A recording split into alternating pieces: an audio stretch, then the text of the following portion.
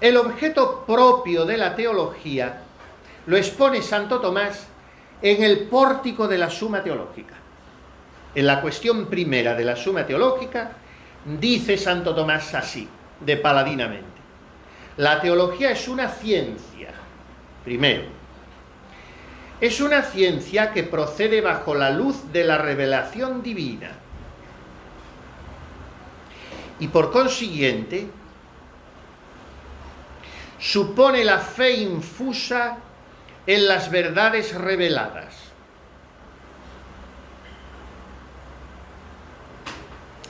Y tiene como objeto a Dios considerado en su vida íntima como autor de la gracia, tal como la revelación y la fe nos lo hacen conocer. La teología no tiene solo como objeto, porque entonces no sería teología sino teodicea, a Dios como autor de la naturaleza, porque Dios como autor de la naturaleza puede ser conocido y debe ser conocido por las solas fuerzas humanas.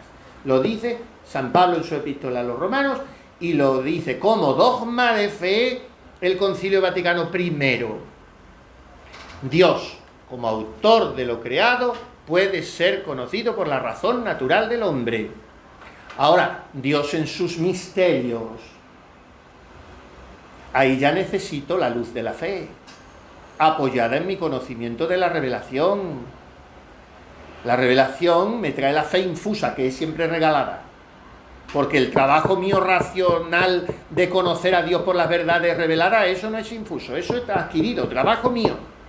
Pero la fe infusa regalada, por la cual yo puedo conocer el misterio de Dios, eso es gratuito. Y lo que trata de eso se llama teología, ciencia de Dios. No se trata tan solo de Dios subratione entis, bajo la razón de ser. A eso llega la metafísica, que es la ciencia del ser en cuanto ser.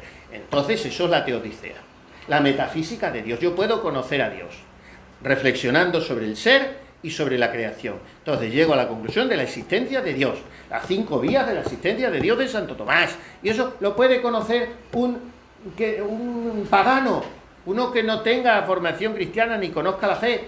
Ahora bien, Dios subratione deitatis, bajo razón de Dios, Dios en cuanto Dios, no Dios en cuanto ser, sino Dios en cuanto Dios, necesito la teología. Y la teología me transporta de esa carta de presentación de Dios a Moisés, ego sum qui sum, a esta formulación metafísica de la teodicea. Solus Deus est, ipsum esse subsistens. Solo es Dios, es el que existe por sí mismo. No hay nadie más que exista por sí mismo. Todos los demás estamos colgados de Dios. Ahora, cuando ese teólogo pase, y teólogo me refiero desde el último teologucho hasta un Santo Tomás de Aquino, cuando ese teólogo pase de viator a comprehensor, que son los 2 grados que tenemos nosotros en este mundo, viador o comprehensor. Viador mientras estoy en esta tierra, mientras camino con la fe, viador, el que va por la vía. Comprehensor con H intercalada, el que ha llegado a abrazar el misterio de Dios en el cielo. Y entonces cuando el teólogo pasa de viador y tiene que ir arañando la fe, profundizándola, estudiándola, pero en fe, y es tan bullido por el lumen gloriae en la visión beatífica, entonces ya conoce a Dios subratione deitatis ut sic, como Dios es en sí mismo, y conoce la vida íntima de Dios en el Verbo, de donde se sigue que para Santo Tomás la teología es una ciencia subalterna a la de Dios y a la de los bienaventurados, que es una sabiduría específicamente superior a la metafísica, pero inferior a la fe infusa, ¿eh? Por eso nuestras abuelas son mejores teólogas que todos los teólogos. Y por eso San Buenaventura, asomándose un día a la tapia de su convento de la huerta de los frailes, aquello de Italia donde estuviera, vio pasar una viejecita que él veía en la iglesia todos los días allí haciendo mucha oración, y empezó a gritar las cosas de los santos, y empezó a gritar: viejecita, enséñame a Dios, muéstrame a Dios, con toda su teología. San Buenaventura. ¿Por qué? Porque la teología es una verdadera sabiduría, muy superior a la metafísica, pero incomparablemente inferior a la fe infusa, porque la teología es ciencia y por tanto es trabajo que yo hago. La fe es regalo que me dan las tres divinas personas.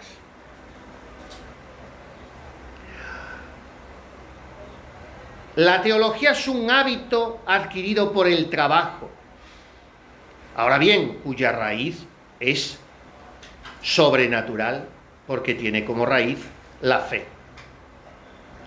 Si un teólogo llegara a pecar gravemente contra la fe, es el cadáver de la teología, es un cuerpo sin alma, porque desde el momento en que todo ese estudio y todos esos tomazos y esos libros y artículos y conferencias no están adheridos formalmente a las verdades reveladas, entonces es el cadáver lo que ha quedado, no hay vida. ¿Cuáles son, según Santo Tomás, si esta es la naturaleza de la teología, cuáles son los diversos procedimientos del trabajo teológico? Vamos a enumerarlos brevemente. Primero, la teología recoge las diversas verdades reveladas. ¿Dónde? En el doble depósito de la revelación: escritura y tradición, que vienen interpretados a la luz del magisterio de la Iglesia. Este es el trabajo positivo de la teología bíblica: recoger las diversas verdades reveladas. Segundo, el de escritura y tradición. Si no, seríamos luteranos. Escritura y tradición en par igual. No es que en par igual que el 50%, el 50%, sino que toda la verdad está en la escritura y toda la verdad está en la tradición. Y no se puede hacer salvedad de uno y de otro, que es lo que pasa hoy también en la iglesia. Por eso es el luteranismo. No, que diga la escritura. Y como la escritura no dice la asunción de la Virgen, ni la Inmaculada Concepción, ni la infalibilidad pontificia, ni el purgatorio, explícitamente no dice eso la escritura. Pero entonces todo eso no existe. Pues eso es el error de Lutero. Escritura y tradición es lo nuestro. Tradición es lo que se ha transmitido y que se terminó con el último apóstol, que fue San Juan Evangelista. Pues se transmitieron muchísimas cosas que están en el depósito de la fe y que la Iglesia, que es sabia y asistida por el Espíritu Santo, va descubriendo, interpretando esa tradición a la luz de la Escritura. Porque la Inmaculada y el Purgatorio no estarán en la Escritura, pero se leen a su luz y se extraen multitud de argumentos y de pruebas. Bueno, segundo, la teología establece el análisis conceptual de cada verdad revelada, especialmente de las más fundamentales. Vamos a ver, nosotros decimos todos los días al final de misa: verbum caro factum est. Bueno, eso es muy poco. Eso son 3 palabras, muy poco. ¿Cómo hemos sacado tanto? Porque la teología muestra que el sentido de esas 3 palabras es este: el verbo, que es Dios, se ha hecho hombre. ¿Qué es lo que hace Santo Tomás? Santo Tomás, en cada uno de sus estudios dogmáticos, hace este análisis conceptual, extrae los conceptos. Tercero, la teología defiende contra los adversarios las verdades reveladas. ¿Cómo? O mostrando que están contenidas en la revelación, o haciendo ver que no contienen una imposibilidad manifiesta.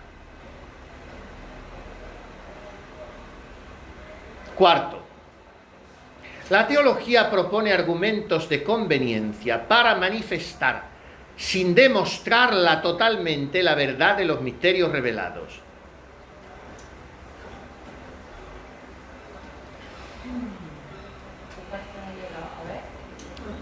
Vamos a ver, voy a poner el ejemplo. La teología da argumentos. ¿Para qué? Para manifestar que los misterios revelados son verdad. Ahora, demostrarlos matemáticamente tampoco puede. No los puede demostrar, los puede manifestar, aclarar. Por ejemplo, el misterio de la generación eterna del Verbo, engendrado, no creado, y de la encarnación redentora del Verbo. ¿Con qué principio explica esto la teología? Pues con un principio de filosofía precioso. Bonum est diffusivum sui. El bien es difusivo de sí mismo. El bien busca darse. El bien, por su propia naturaleza, se expande, se sale de sí mismo. Esto se aplica a Dios y tenemos la encarnación. A Dios no le ha sufrido el corazón guardar para él tanta belleza, tanta bondad, tanta verdad, tanta perfección, tanta sabiduría. Y entonces ha cuajado en el pimpollo del Verbo encarnado. Otro principio. La teología recurre al discurso explicativo para manifestar de modo riguroso lo que está implicado en una verdad revelada, antes de pasar a una nueva verdad. O sea, que la teología coge una verdad revelada y la estruja, la desarrolla, la explicita, la amplía, pero se detiene en la concatenación antes de pasar a la siguiente. Eso es la sana teología. Explica ese. Por ejemplo, hemos dicho antes, verbum caro factum est. Y entonces la teología dice, verbum consubstantiale patri homo factum est. El verbo que es consustancial al Padre se hace hombre. Hay un discurso explicativo. Y del discurso explicativo, la teología pasa a un discurso ilativo. De esta proposición ya desarrollada, estrujada, explicada y ampliada, vamos a pasar a la siguiente, porque ya tenemos datos suficientes para pasar a la siguiente. Y aquí podríamos poner muchos ejemplos de cómo se pasa en la escritura de un dato, en la teología, de un dato a otro. Otro principio teológico, y vamos terminando. De este discurso que de explicativo ha pasado a ilativo, pero vamos, esto es puro raciocinio humano también. Yo voy a estudiar cualquier ciencia. Lo primero que estrujo eso. Cuando lo tengo comprendido, paso adelante, pero esto lo hace cualquier estudiante de enseñanza primaria. O sea que hoy tampoco se sabe estudiar, ni pensar, ni hay sistema, ni hay orden, ni hay nada. Y no se enseña a los niños a tener orden mental, es una dispersión bárbara. Y claro, se pierden unas energías. Pero lo primero, tú estrújate ese principio, apréndetelo, asimílalo. Pasemos al otro.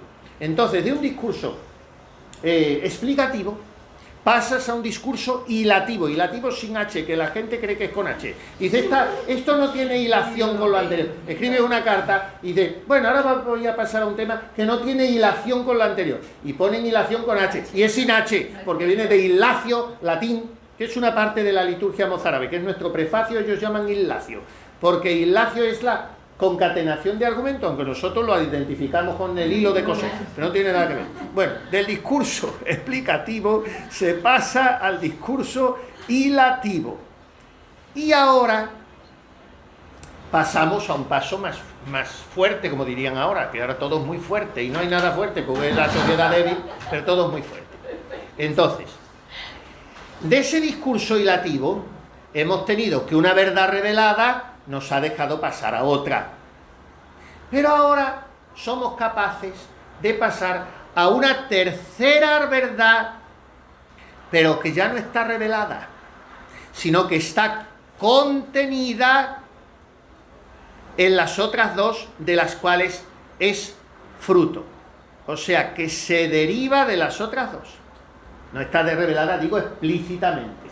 explícitamente. Por último, bueno, es lo último, lo mismo lo que estamos diciendo, es más o menos lo mismo y no voy a tal. Y entonces de aquí se pasa a un tema que hoy ha caído en las garras del modernismo y que es una bomba de relojería, porque se trata mal. Este tema se trata mal, pero bien tratado nos da mucha luz. De todo esto discurso explicativo y después hilativo y después deducir otras verdades, se pasa a un tema muy bonito, que es el tema de la evolución del dogma.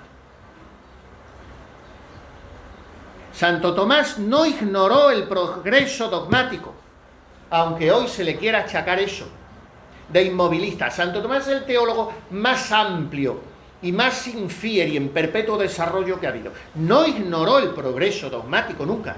Lo que no hizo fue salirse de los cauces de la revelación, que son la escritura y la tradición, y los padres de la Iglesia, y la liturgia, y el magisterio. De eso no se salió. Pero no ignoró que el dogma progresaba. Hay una... En Aristóteles hay una palabra, la venatio, de aquí vienen los venados. La venatio es la búsqueda de una definición real y distinta. Pues bien, esa búsqueda de un análisis conceptualmente bien cincelado en teología ha contribuido a precisar las nociones teológicas que necesitan los dogmas para ser bien explicados. Por ejemplo, hemos dicho antes, transustanciación. Pues es un término que aparece con Santo Tomás y en la Edad Media no está ni muchísimo menos contenido en la Sagrada Escritura. Por eso lo vamos a rechazar. Ahí ha habido una evolución del dogma, de manera que manteniendo el dogma, que es la conversión de todo el pan en toda la carne y de todo el vino en toda la sangre, ahora resulta que nos hemos encontrado un concepto filosófico que nos ayuda enormemente a explicarlo. Eso es la evolución del dogma. La evolución del dogma no es que cambie el dogma, que es como se presenta hoy. La evolución del dogma no es que lo que ayer fue mentira, hoy lo sea, o le demos otra presentación. No. La evolución del dogma es que los grandes teólogos y santos van descubriendo formulaciones con las cuales cada vez acuñan mejor la verdad inconcusa y permanente de ese dogma. Y luego están las pruebas tomistas de la existencia de Dios, que son las 5 vías. En estas no me voy a detener, porque nos daría por lo menos para una clase, si es que no para una clase cada vía.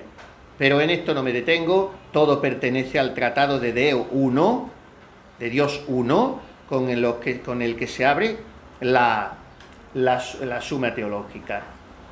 Y en la misma primera parte de la suma teológica termina hablando Santo Tomás de la eminencia de la deidad, o sea que Dios está por encima de todo, y que dice que la deidad o la esencia divina tal como es en sí misma no puede ser conocida naturalmente por ninguna inteligencia creada o creable. O sea, que a Dios, en cuanto a Dios tal como es en sí mismo, no le puede conocer, y si alguna se me escandaliza, lo siento por ella, porque es que es tonta y no tiene remedio, no le puede conocer ni la Santísima Virgen, ni el Arcángel San Miguel, ni todos los coros de los ángeles, ni todos los santos juntos.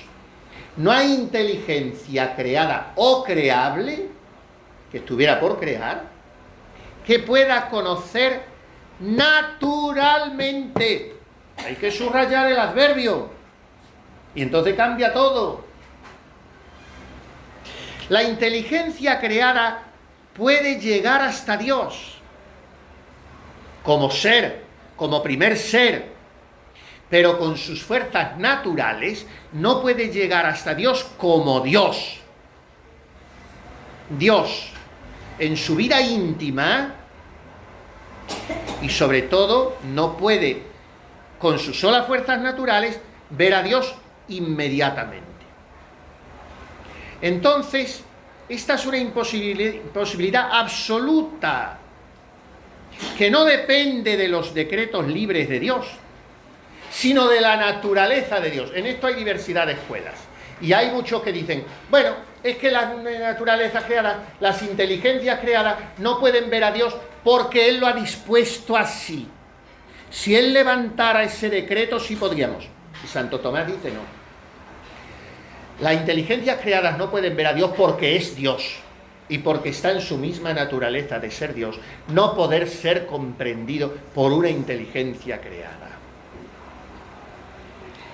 ¿Cuál es la razón? Que el objeto propio de la inteligencia creada, o sea, de mi inteligencia, es el ser inteligible que guarda proporción con mi inteligencia. Y Dios es para mí totaliter aliter, totalmente otra cosa. No guarda proporción con mi inteligencia. Por lo tanto, para Santo Tomás se trata de una imposibilidad absoluta, metafísica y física, fundada en la trascendencia de la naturaleza divina. No proviene de un decreto divino. Volvemos a decir, esto tiene su principal abanderado, que se contrapone a Santo Tomás en muchas cosas también, y ya ha sido beatificado y me parece que hasta canonizado. Pues un grandísimo teólogo y un santazo.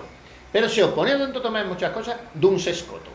Lo que pasa es que se opuso en una maravilla, que es en decir Duns Scoto, potuit, voluit, ergo fecit. Tú dices que no es inmaculada, yo te digo que sí. ¿Por qué? Duns Scoto hizo un razonamiento para niños de pecho. Pudo, quiso, luego lo hizo. ¿Dónde está el problema? Y dicen los sevillanos que pusieron todo esto en coplas de Miguel el Cid y toda esta gente. Pudo y no quiso no es Dios. No, quiso y no pudo no es Dios. Pudo y no quiso no es hijo. Digan pues que pudo y quiso. Esto es el argumento de Duns Scoto para la Inmaculada Concepción. Pero aquí Duns Scoto nos parece, aunque es cuestiones de escuela, son cuestiones de escuela, nos parece que patina un poco. Porque Duns Scoto dice, Dios no puede ser comprendido por la inteligencia creada porque a él no le da la gana. No, Escotito, te equivocas. Porque Dios no sería Dios si pudiera ser comprendido por la naturaleza humana. Ni siquiera por una naturaleza que no ha sido rozada por el pecado original, que es la de la Virgen Santísima, porque es creada. Ni siquiera por la naturaleza de los ángeles más altos de todos. En cuestión de inteligencia son los querubines. En cuestión de amor son los serafines. Pero el que más entiende a Dios es un querubín. Y por eso Santa Teresa, cuando narra la transverberación, dice, yo de los ángeles no entiendo mucho, pero debía ser un querubín. Y viene el padre Báñez, como era buen teólogo, lo hemos citado antes, y él dice, no, era un serafín. Claro, porque el querubín no vino a ilustrar, el ángel no vino a ilustrar la inteligencia de Teresa, vino a inflamar su corazón, que es distinto. El que venga a traerte luces de Dios muy subidas, ese es un querubín. Si tienes la dicha tú de tratar con ellos de tú por tú. Pero el que te venga a meter la luz de Dios en tu entendimiento, es un querubín. El que te venga a abrazar el corazón es un serafín. Por eso San Francisco, el seráfico padre. Santa Teresa, la seráfica doctora. Bueno, pues Duns Scoto dice que sí se puede. Y Santo Tomás dice que no. Ahora, Santo Tomás dice, pero entonces, ¿por qué hay un apetito natural innato de la visión beatífica? ¿Por qué? Y habla ya de la potencia obediencial, pero de esto no vamos a hablar. Entonces, lo que dice es que ese deseo natural nuestro de ver a Dios, y resumo muchísimo, y ya sí que terminamos, viene saciado con la visión beatífica. Y ahí entonces se transforma nuestra inteligencia y nuestra percepción. No podemos penetrar a Dios, en la esencia de Dios, en las operaciones ad intra de la Santísima Trinidad, no entra más que Dios. Ni siquiera la Santísima Virgen. Ahora lo que podemos es verle tal cual es. Pero por eso, Sor Isabel de la Trinidad, cuando termina la elevación, que es una fuerza teológica interna la que tiene Bárbara, la elevación de Sor Isabel. Parece una oración así piadosa, y lo es, y espiritual, pero tiene una trabazón teológica. Sor Isabel las santas esas eran listísimas, y entonces no leían tanto, ni cursillos, ni nada, pero iban dominicos al convento de Dijon, casi los que siempre iban eran dominicos, sobre todo el padre Vallée, un gran dominico. Y entonces los ejercicios aquellos, ella tomaba mucha nota, y luego ese hombre los imprimía. De los ejercicios yo los preparaba, y preparaba unos libritos, los imprimía. Y entonces ella tenía una formación de estas cosas tremendas. Y en la elevación termina diciendo así: oh mis tres, mi todo, mi bienaventuranza, soledad infinita, inmensidad en que me pierdo. Sepultaos vos en mí para que yo me sepulte en vos, en tanto llega el momento de ir a contemplar en vuestra luz el abismo de vuestras grandezas.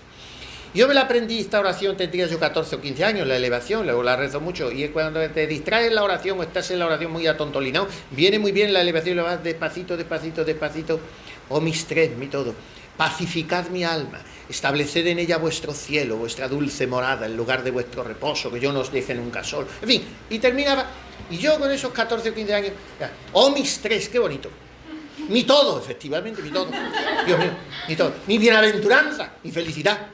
Soledad infinita. Ahí me quedaba totalmente. Soledad infinita. ¿Y esto qué es ahora? De Dios, soledad infinita. Tardé muchos años en comprenderlo. Efectivamente, Dios es soledad infinita. Porque a Dios solo le conoce Dios, solo le penetra Dios, solo le abarca Dios. Por eso es soledad infinita, pero no es soledad ninguna. Por eso tenía que ser Trinidad. Es lo grandioso y lo hermoso del dogma de la Trinidad, ¿no? Soledad infinita. Bueno, pues ahí está. Ahí está la grandeza de Dios, y ahí te pierdes. Le preguntó San Juan de la Cruz a un leguito un día: hermano, ¿qué cosa es Dios? Un leguito que no sabía ni escribir. ¿Qué cosa es Dios? Y le dijo el frailecito a San Juan de la Cruz: agárrense que vienen curvas. Dios es lo que Él se quiere. Se acabó. Ahí está toda la teología. En el doble, podemos interpretarlo en el doble sentido. Dios es lo que Él quiere serse, y Dios es lo que Él se ama. Porque a nadie le ama a Dios como el propio Dios. Entonces, ¿qué cosa es Dios, hermanito? En San Juan de la Cruz, con toda su teología. Y dice el leguito: Dios es lo que Él se quiere. A mí no me meta usted más dibujos. No me meta, porque todo lo demás que diga sobra ya. Sobra. Y además, si está usted enseñando, Fray Juan de la Cruz, la teología apofática, ¿a qué me viene usted con zarandajas? La teología apofática es la teología negativa. O sea, que de Dios sabemos más lo que no es que lo que es. Eso es lo que dice San Juan de la Cruz, porque viene de los neoplatinos, neoplatónicos y de Plotino y del pseudo Dionisio de Areopagita, que todos están en esta línea. Se da un poquito la mano, aunque ese es peligroso, con el maestro Eckhart, la nube del no saber, con los místicos renanos, que el año pasado hablábamos de todo esto. Juan Taulero, Enrique Susson, Enrique Herp, todos estos que son los iniciadores de la mística en Alemania, los dominicos alemanes, siglo XIII, XIV. Y de estos bebe San Juan de la Cruz, así como Santa Teresa bebe de los franciscanos españoles, sobre todo. De Alonso de Madrid, de García de Cisneros, de Francisco de Osuna, de Fray Juan de los Ángeles, de Pedro de Alcántara y de algún dominico como fue Fray Luis de Granada. Pero lo principal de la mística, desde la metafísica, una mística muy honda, viene de los místicos renanos, centroeuropeos, alemanes. Y entonces en esta órbita se sitúa San Juan de la Cruz. Y en realidad ese lego no le estaba diciendo más que lo que le estaba oyendo enseñar a él. ¿Qué cosa es Dios, hermanito? Dios es lo que Él se quiere. Eso como otra vez que le pregunta a otra monjita en un convento: hermana, ¿en qué tiene la oración? Bueno, pues si esto nos lo preguntan a nosotros, pues se hubieran dicho: pues mire, ahora ando con la pasión, ahora estoy con un libro, ¡ay, qué bonito lo que me ayuda, mire usted! Entonces, estoy siguiendo los ejercicios de San Ignacio, llevo el camino, ábrole un puntito y a los 5 minutos otro. Bueno, así. ¿En qué tiene la oración? Y dice esa monja: agárrense también. Pero estos son místicos. Los demás son sucedáneos de los chinos. Y dice, ¿en qué tiene la oración, hermana? Y dice, en mirar la hermosura de Dios y holgarme de que la tenga. Se acabó la presente historia. Pues esa es la oración de dos novios, que se pueden estar 7 horas embelesados y cayéndose la baba y no la hay tan guapa como esta que tengo delante y ya no piensan nada, ni nada más que eso, no se razona. Bueno, pues eso es meterse en la contemplación y en el misterio de Dios, sino que somos unos utilitaristas en nuestra oración y esto es lo que nos aburre y nos distrae. Si me aburro, eso no se dice nunca con una novia ni con tu madre moribunda.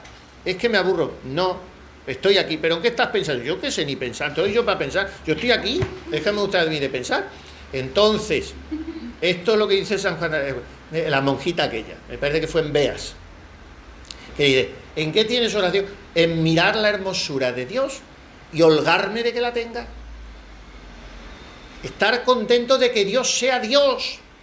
En la tercera canción de la llama de amor viva, dice San Juan de la Cruz, pone en labios de Dios esta frase: gusto de ser quien soy y como soy, por ser tuyo y darme a ti, Dios. Bueno, las cosas de los místicos. Las nuestras son que nos tenemos que ir a comer. Agimus tibi gratias omnipotens Deus, pro universis beneficis tuis qui vivis et regnas in saecula saeculorum. Amén. Beato Tiburcio Arnaiz. ¿Cómo sería la oración de este hombre entre tanta actividad y tanto apostolado?